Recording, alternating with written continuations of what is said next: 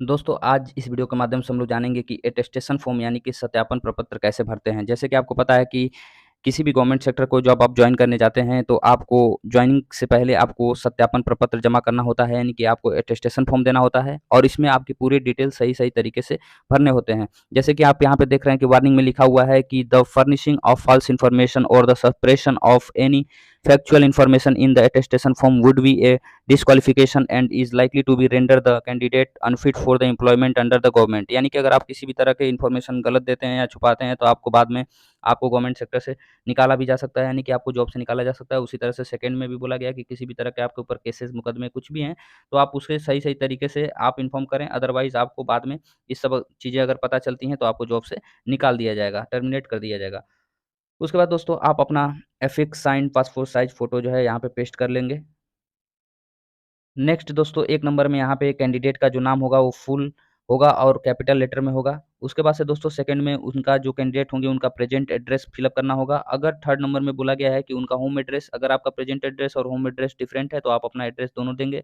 उसके बाद से 3 का जो बी नंबर पॉइंट है उसमें आप देख रहे हैं कि अगर कोई कैंडिडेट ऐसे हों जो मतलब ओरिजिनली पाकिस्तान या बांग्लादेश से हों, तो वो अपना यहाँ पे 4 नंबर पॉइंट में देखेंगे कि लास्ट कुछ वर्षों से आप मतलब जब 21 इयर्स के थे उस समय से आप कब कब और कहाँ मतलब रह रहे हैं, उसका डिटेल्स यहाँ पे देना होता है।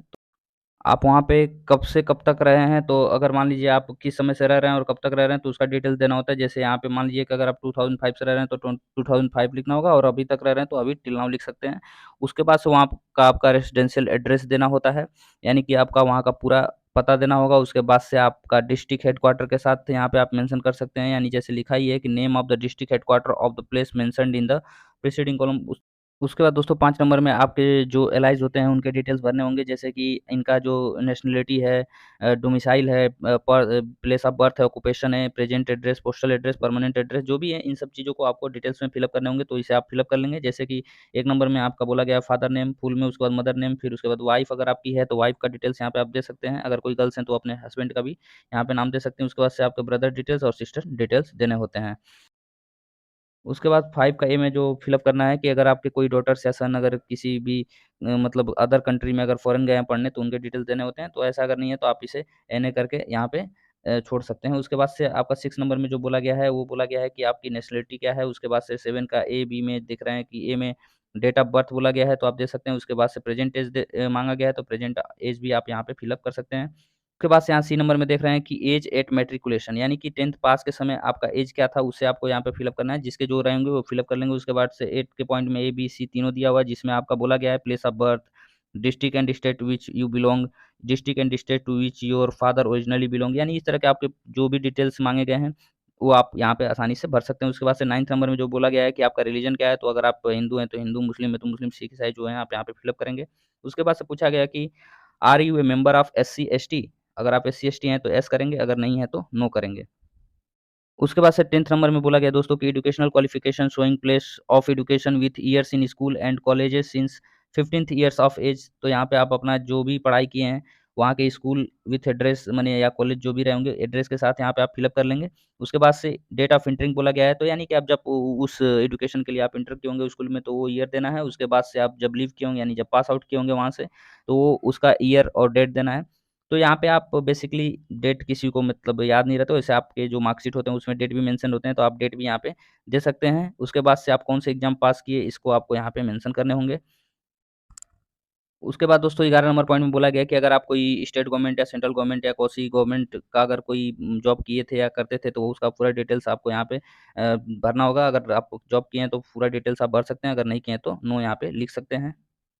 12 नंबर पॉइंट में आपको पूछा गया है जो भी येस और नो में, उन चीज़ों को आप केयरफुली पढ़ लें और येस और नो में आपको जवाब देना है। इसमें मैक्सिमम ज़्यादातर जो कैंडिडेट होते हैं उनके जवाब नो ही में होते हैं, क्योंकि रेयर केस में इस तरह की केसेस होती हैं जिनके ऊपर केस मुकदमे होते हैं, तो अदरवाइज़ सभी में नो होंगे, तो आप इसे केयरफुली पढ़ लें और अपने-अपने अकॉर्डिंग इसे भर लें। तो इससे आप जितने सारी चीज़ें इसे कंप्लीट तरीके से भर लें, उसके बाद से आपको फाइनली यहाँ पे नोट में जो लिखा गया है, please also see the warning at the top of this attestation form, जिसको कि मैं पहले आपको वार्निंग को बता ही दिया हूँ। इन सब चीज़ों को आपको देख लेना। उसके बाद से येस, नो जो फिल अप किए उसे भी मैं बोल दिया कि अच्छे तरीके से आप पढ़ के येस करना है या नो करना है, इसे आप बाकायदे से पढ़ लें। उसके बाद से 30 नंबर पॉइंट में आपसे बोला गया है name of the two responsible person of your locality और two reference to whom you are known. यानी कि यहाँ पे 2 ऐसे पर्सन के नाम देने हैं जो आपको अच्छी तरीके से जानते हों।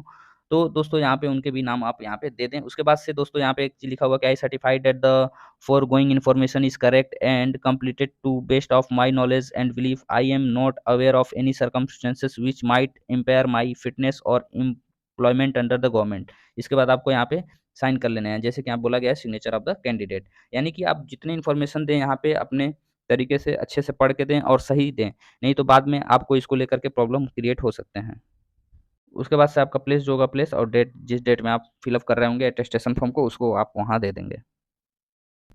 लास्ट में आपको आइडेंटिटी सर्टिफिकेट भरने हैं, यानी कि certificate to be signed by any of the following. और इस सर्टिफिकेट को आप इनमें से किसी एक से भरवा सकते हैं। जैसे कि आप यहाँ पे देख रहे हैं कि लगभग 8 जो टॉपिक दिया हुआ उसमें आप इन किन्हीं 8 में से एक से साइन करवा के जा सकते हैं। जैसे gazetted officer of central government और स्टेट गवर्नमेंट, कोई भी गेस्टेड ऑफिसर सेंट्रल और स्टेट का होगा उनका भी साइन चलेगा। मेंबर ऑफ पार्लियामेंट, इस तरह से आप चीज़ों को देख रहे हैं कि दिया हुआ। उसके बाद से 5th नंबर में बोला गया है कि principal headmaster of recognised school college institution where the candidate studies last.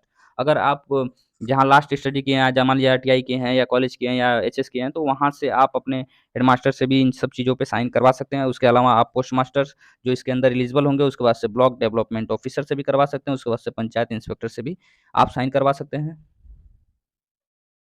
उसके बाद से जो ये फॉर्म दिया हुआ है इसमें अपना नाम और फादर का नाम आप खुद ही भर सकते हैं। बाकी जो ईयर्स है, मंथ है, वो सब चीज़ें ऑफ़िशियली भरी जाएँगी, जो आपके जो ऑफ़िसर होंगे वो खुद ही भरेंगे। तो इस तरह से दोस्तों मैं आशा करता हूँ कि ये पूरे अटेस्टेशन फॉर्म को कैसे भरा जाए आपको समझ में आ गया होगा। अगर किसी भी तरह के आपके डाउट हैं तो आप कमेंट बॉक्स में कमेंट ज़रूर करें।